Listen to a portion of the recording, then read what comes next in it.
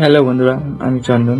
তো আজকে আমার সেই দিন, যে দিনে নিজের আত্মীয় স্বজন, পরিবার পরিজন সবাইকে ছেড়ে চলে যেতে হবে বাইরে কাজ সূত্রে 3 মাসের জন্য।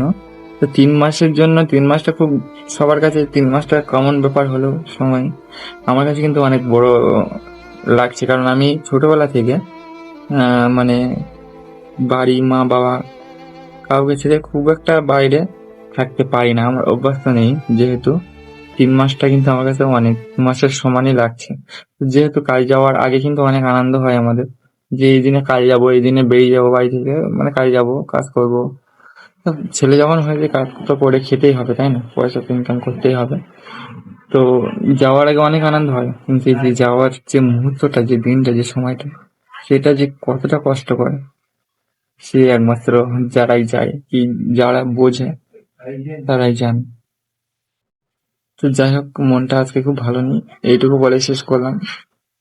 সবাই ভালো থাকবে, টাটা, বাই বাই। আর সবাই একটু প্রার্থনা করবে ঠাকুরের কাছে যেন ভালোভাবে কাজকর্ম করে আবার ফিরতে পারি বাড়িতে।